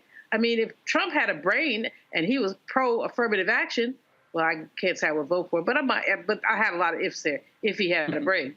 But in any case, you know, you can't, they have gotten this stuff so personalized. And you said something earlier, Roland, about Schoolhouse 2.0 or 3.0? No, it was Schoolhouse Rock. Those of us who grew up watching Saturday morning cartoons, they had Schoolhouse Rock, and we be watching cartoons, and they would have all these jingles teaching you about politics. How bill becomes a law. Yeah, that's the one. There's only a bill. It was only a bill. It was sitting on Capitol Hill with a nice little. We don't have any of that anymore. Somebody needs to do that. Roland Martin, you got a lot of stuff to do. Maybe you can do that too. Well, the thing is, again, here, Congo, it's not saying y'all ain't nothing, y'all ain't trash, y'all dumb, y'all ignorant. It's literally acknowledging that the problem is there is an education gap that no longer exists that teaches people these things. I had a brother, he and I went at it on Twitter today, and he goes, Biden ain't done nothing about the national minimum wage and nothing about student loan debt. I said, brother, first and foremost, Congress has to pass a bill to increase the minimum wage before Biden can sign it. Yes. 2, Biden did cancel student loan debt. The Supreme Court overruled him. I said, they've used other procedures that have canceled billions of dollars in student loan debt. But what was crazy to me, Congo, I've had some people actually say, even with the limited cancellation, this is bullshit, it's only $10,000. Right. Only? Only? I mean, you have some people who are mad that Biden has only canceled 10 or 15,000 in student loan debt. That's 10, 15 grand your ass ain't got to pay back. That's right. That's right. Man, it's sad and it's scary. You talk about the information gap, and one of the challenges is that we have people who are filling that information gap with a lot of misinformation and a lot of disinformation. So that education that you gave that woman who called you, or earlier, they're not getting that in other places, even outside of Schoolhouse Rock and places like that. We have in social media spaces, you know, TikTok and YouTube and all of these places, people who are influencers who are out there talking about, yeah, I think I may just sit this one out. Biden hasn't done enough. They're uneducated. They don't even have the knowledge. And so they're really helping create a generation of people who are going to feel like they don't need to get involved, unfortunately, until it's too late. When I teach at American University, one thing I did last semester was I asked students from January, I started asking them every month, how many rights have we lost in this country or are we about to lose? And it kept growing every month. And then the other question I would ask them is, what have any of you done about it? And, you know, have you contacted a congressperson? Have you funded an organization that does voting rights? And, you know, fewer and fewer hands would go up. And I'm saying this is why the problems exist, is because of your lack of engagement. You know, you have this idea that you're invulnerable, things aren't going to bother you. And even if some legislation does happen, it might affect poor members of our community in the United States versus you. You think you got resources and the like, but it's just a matter of time before they're coming from you. And so when I think about those students who are majority white, I'm thinking, what's happening with the black students? What's happening with the black youth? Where are they getting their information from? Who's filling that void? We haven't seen an uptick from the hip hop community that we saw when like Obama was running and the like. We haven't seen people embracing Black Lives Matter and Black Voters Matter and other organizations like that in the last 3 or 4 years like they used to. Right. Or like they did, I would say 7, 8 years ago. And those types of things are problematic. And so, like you said, this is education time. This is education period where we got to listen to Mr. Woodbury, listen to you, and start really generating the information systems again, because they already exist. We just got to revamp them so we can handle this thing come next year. So folks out there who don't know what we're talking about when we say Schoolhouse Rock, now listen, they probably gonna put a strike against us on YouTube, so we probably gonna have to edit this out later. But again, for the people out there who think I'm making this up, y'all, this was actually real. Watch this.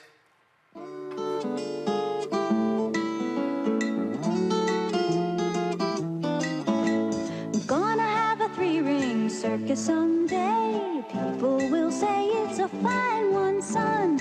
Gonna have a 3-ring circus someday. People will come from miles around.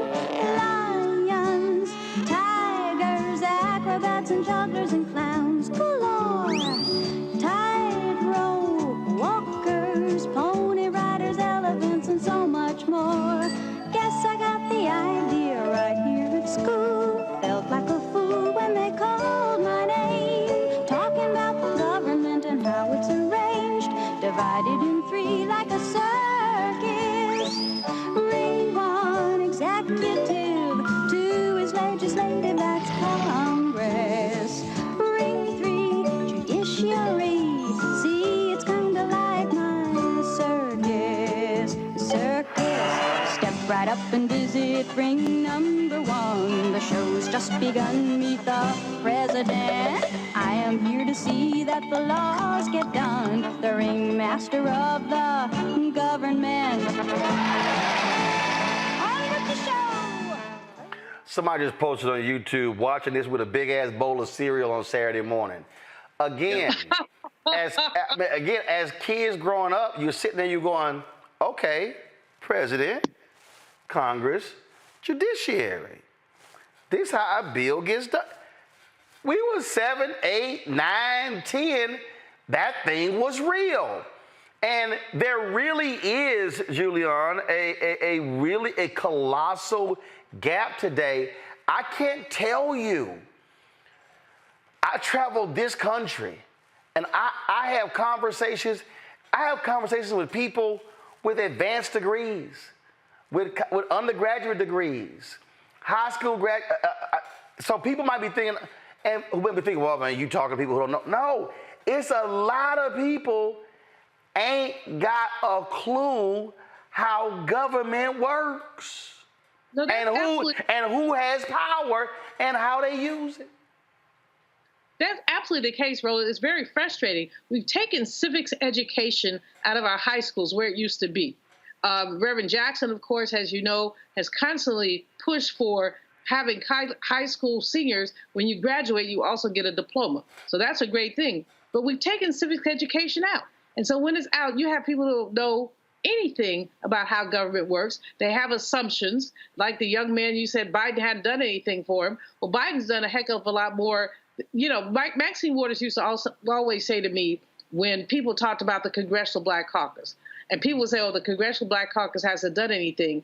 And she says, well, you may not have seen what we did, but you also did not see what we prevented from being done. When people understand the way that government works, they understand both aggression and prevention. And so it's really a call for us to go back to our Saturday schools for us, because our curriculum right now is under attack. Not only do you have those fools in Florida trying to change the way you teach Black studies, but you have state legislators who are cheap, trying to take certain things out of the curriculum. So civics has been one of them, in many other ways, which also affects the long-term body psychic. Music and arts have been taken out. In some schools where young men are able to get rid of some of their aggression, see, I think about brothers every now and then, sports have been taken out. And so, we look at it, they want to go down to the 3 R's, and the 3 R's does not serve the long-term development of a civil society. All right, hold tight 1 second. Gotta go to break. We'll be right back on Roland Martin Unfiltered on the Black Star Network.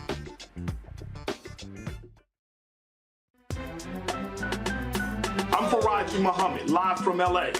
And this is The Culture. The Culture is a two-way conversation. You and me. We talk about the stories, politics, the good, the bad, and the downright ugly. So join our community every day at 3 p.m. Eastern and let your voice be heard. Hey, we're all in this together. So let's talk about it and see what kind of trouble we can get into. It's The Culture. Weekdays at 3, only on the Black Star Network. Next on the Black Table with me, Greg Carr, we welcome the Black Star Network's very own Roland Martin, who joins us to talk about his new book, White Fear, how the browning of America is making white folks lose their minds. The book explains so much about what we're going through in this country right now, and how, as white people head toward becoming a racial minority, it's going to get, well, let's just say, even more interesting. We are going to see more violence.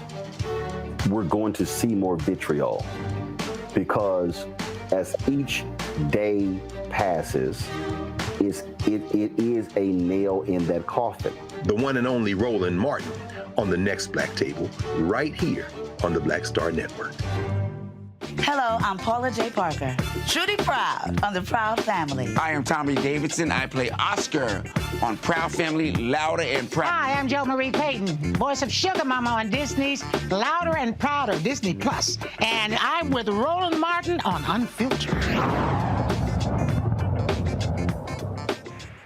All right, folks, welcome back to Roland Martin Unfiltered here on the Black Star Network. So last week I was in Dallas and Houston for the Urban League Convention, also for the Alpha Alpha Fraternity Incorporated Convention. And I flew back from Houston early on Saturday morning. So I wanted to be at our first military breakfast, and the guest speaker was General Brown. He, of course, was named by President Biden to be Secretary of the head of the Joint Chiefs of Staff once Tommy Tuberville stops screwing things around. And General President Lonzer presented him with the highest honor in Alpha Phi Alpha. And I can tell you, I'm sitting in the front row, and here you see this 38-year military veteran just tear up and tears began to get in his eyes when he was given the highest honor of the fraternity. So I just want to share some of that with you folks. President of Alpha Phi Alpha, we are afforded great privileges. I think my predecessors would agree. And this is one that I value highly, because the decision to award you the Alpha Award of Merit was my decision. I was not even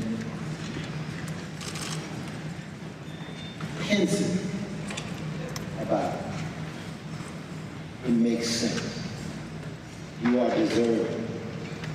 What I love is that you can maintain your commitment to Alpha Phi Alpha as all Alpha men pledge to do.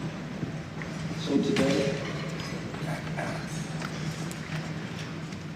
By the authority vested in me by the General Constitution and bylaws of Alpha as the General President, I am honored to present to you the Alpha Award of Merit, the highest award, the highest recognition that any initiated Alpha Phi Alpha man can receive from his fraternity. You, my brother, you are the prototype, you are the pinnacle of leadership. In the military, we esteem you in our brotherhood because you have maintained our standard. We thank you for your service to our nation, your love for our brotherhood, life member, and your commitment to take time out of your schedule as the leader of all airmen in this world in the United States and your soon-to-be job as Joint Chiefs. Yeah. We thank you for coming. Congratulations.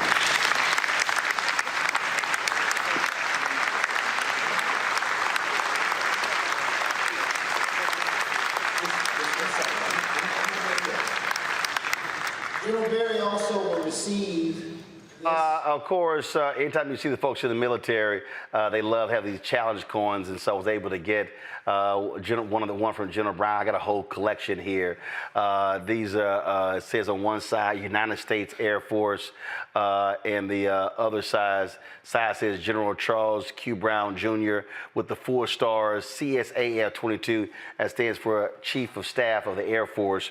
First African American to become Chief of Staff of the Air Force, and now he'll become, if confirmed, once the Republicans figure out with Tommy Tuberville getting out of the way, he will be the second African American ever to be head of the Joint Chiefs of Staff. The moment that we're living in right now is a historical moment on the Congo, because you have, again, if the confirmation, and just go back to the general, go back. I was not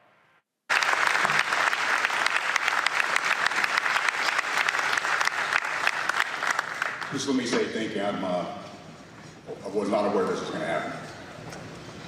I am so honored to stand here before you today as an outlaw. Here, here.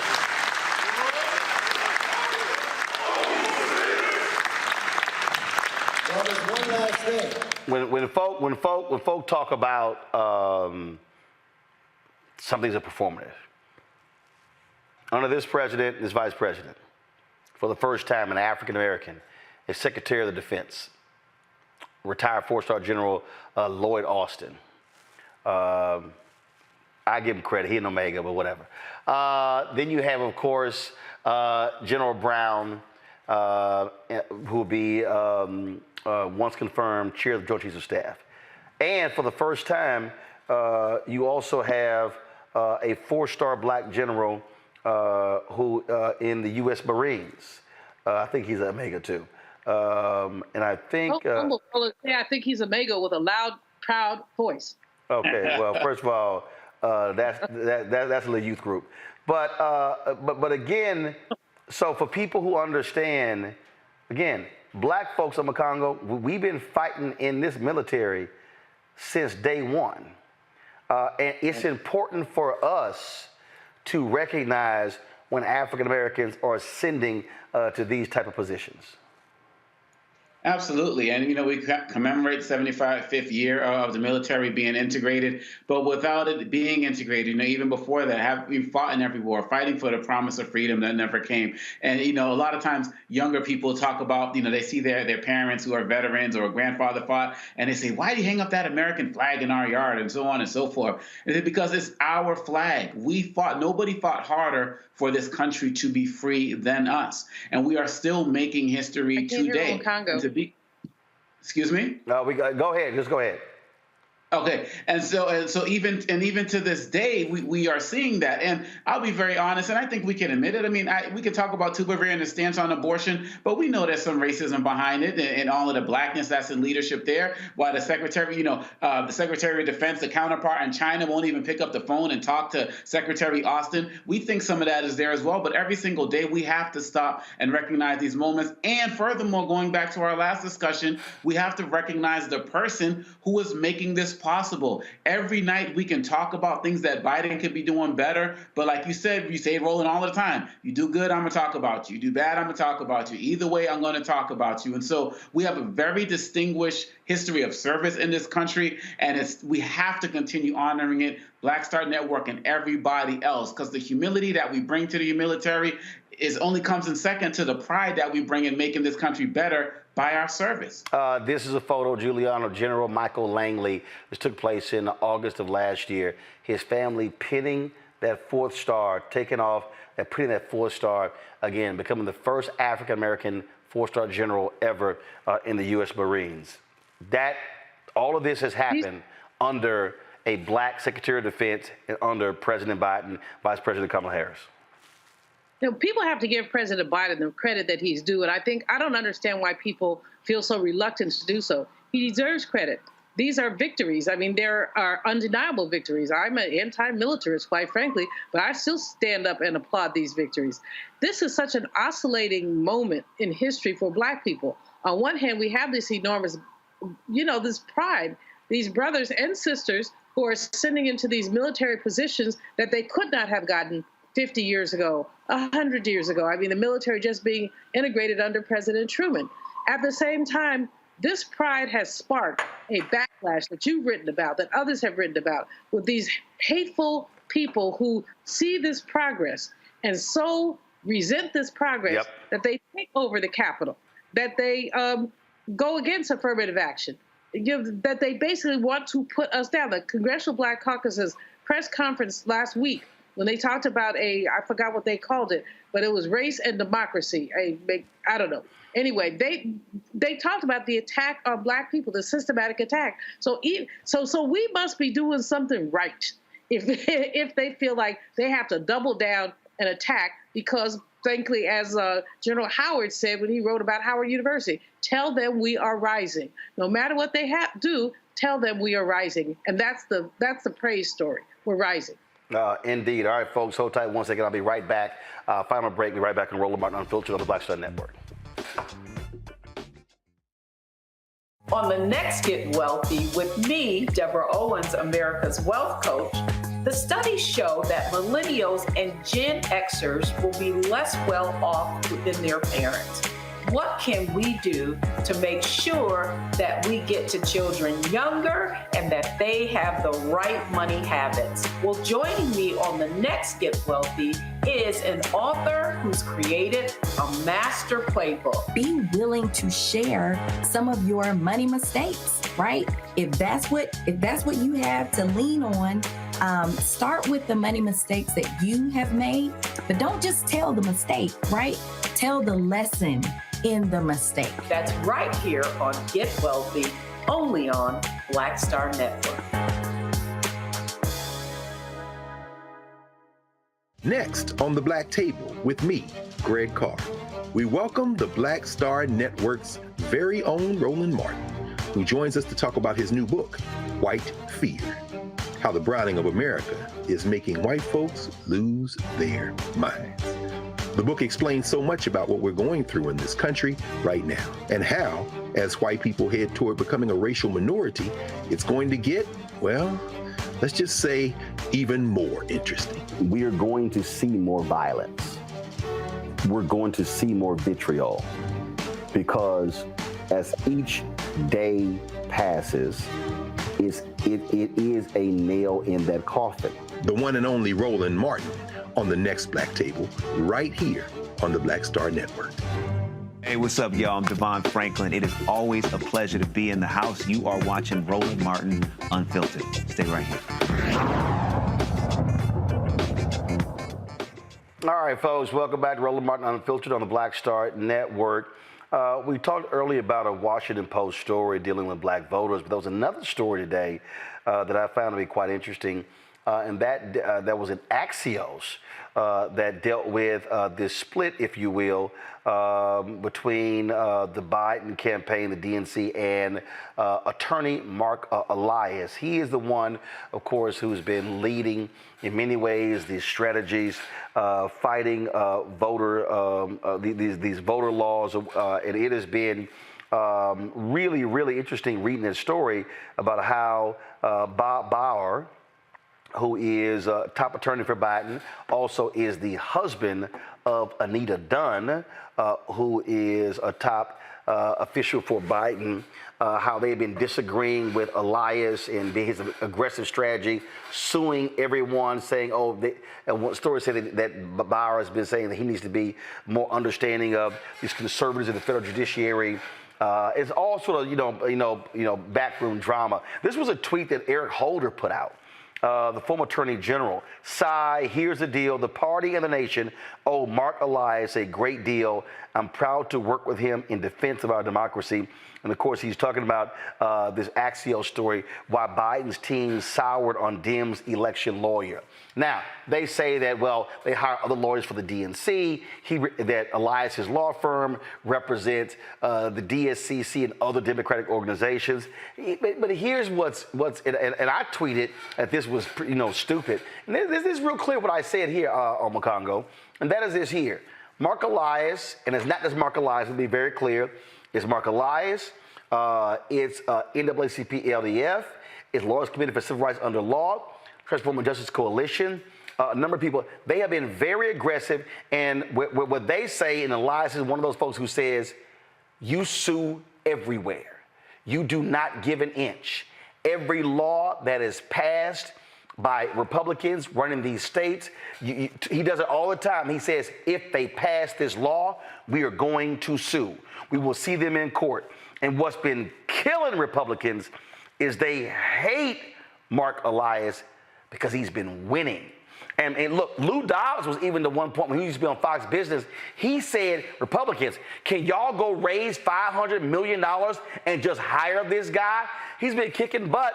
And I'm sorry, I disagree with anybody in the Biden orbit. You must have a all-out war fighting for voting rights. And this is part of the problem.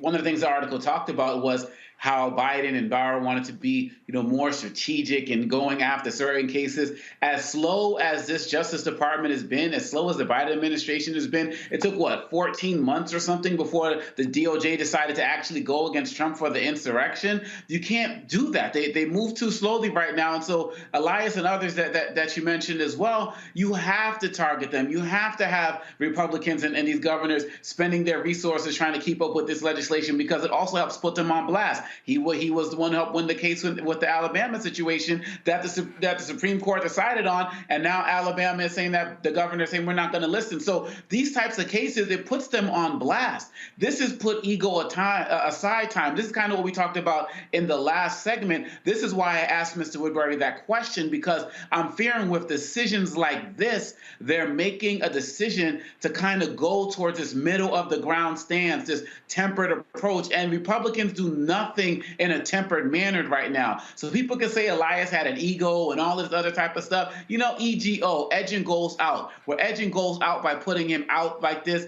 And really, this is a mistake by the Biden administration. And you talked about those internal politics. You know them better than most. But really, we have to put the egos aside and keep the eyes on the prize. And Elias should have stayed part of that process. This is one of the tweets that Mark Elias just put out. This tweet went out, let's see here, almost a couple of hours ago. The Elias Law Group sued the Wisconsin Elections Commission, alleging that a 2022 Wisconsin Supreme Court decision prohibiting the use of drop boxes in the state violates voters' rights. Now, Julian, why is this important?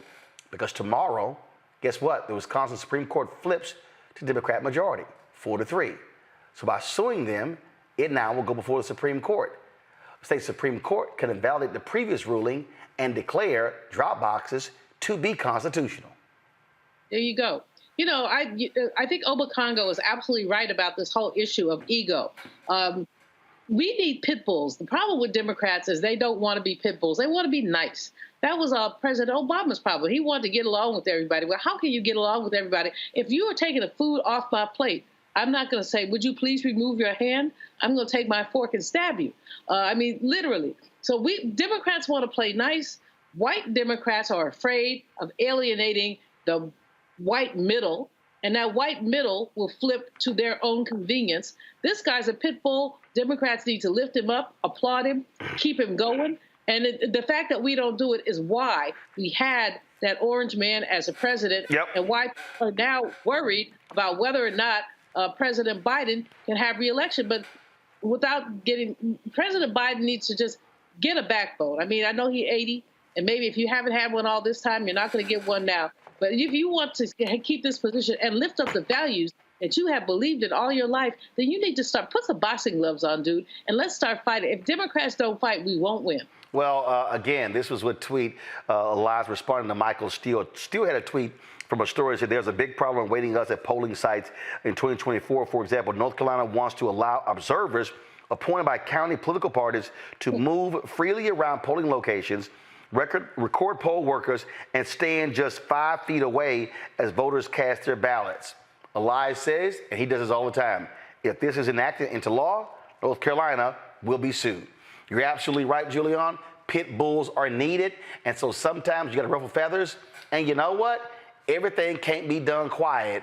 Sometimes you got to be noisy. Now, Mark Elias spends a lot of time going on MSNBC.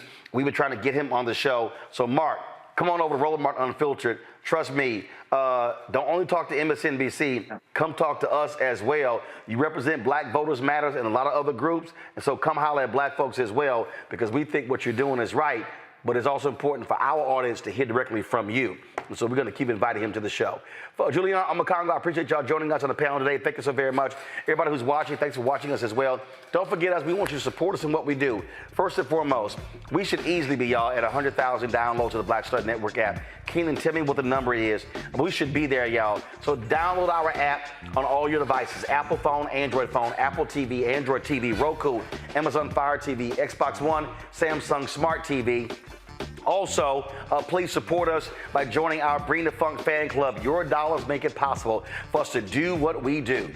And so please send your check and money orders to P.O. Box 57196, Washington, D.C. 20037-0196. Cash App, $RM Unfiltered. PayPal, R Martin Unfiltered. Venmo is RM Unfiltered. Zelle, Roland at RolandSMartin.com. Roland at RolandMartinUnfiltered.com. And of course, you can also buy a copy of my book, White Fear, How the Browning of America is Making White Folks Lose Their Minds. And so get it at all bookstores, you name it, you can get it. And of course, download it on Amazon and download the copy. First of all, get it on Amazon and download a copy of Audible. Watch us on Amazon Fire TV, Amazon News. You can say, Alexa, play news from the Black Star Network. You can also watch us on Plex TV as well. I'm going to close out the show, y'all, with my man, General Brown. Again, it was a long line of brothers at our military breakfast on Saturday morning. And so he could not take photos with everybody, but he wanted to be sure that he give a fist bump to all those military brothers who attended the luncheon. And so we're just going to close the show out with that, showing that brother some love. 06, I'll see y'all tomorrow. Holla! All right, let's see here.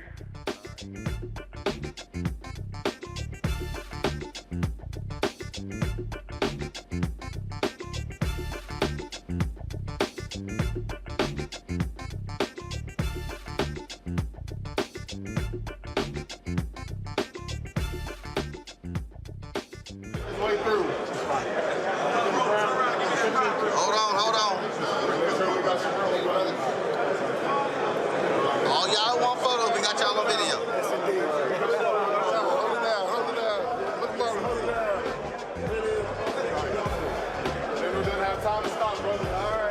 Just shoot videos. Shoot videos. Guys, shoot videos. Shoot videos, guys. Y'all should be shooting videos. Shoot videos. I'm trying to tell y'all. Shoot a video. Shoot a video. Shoot a video. Y'all should be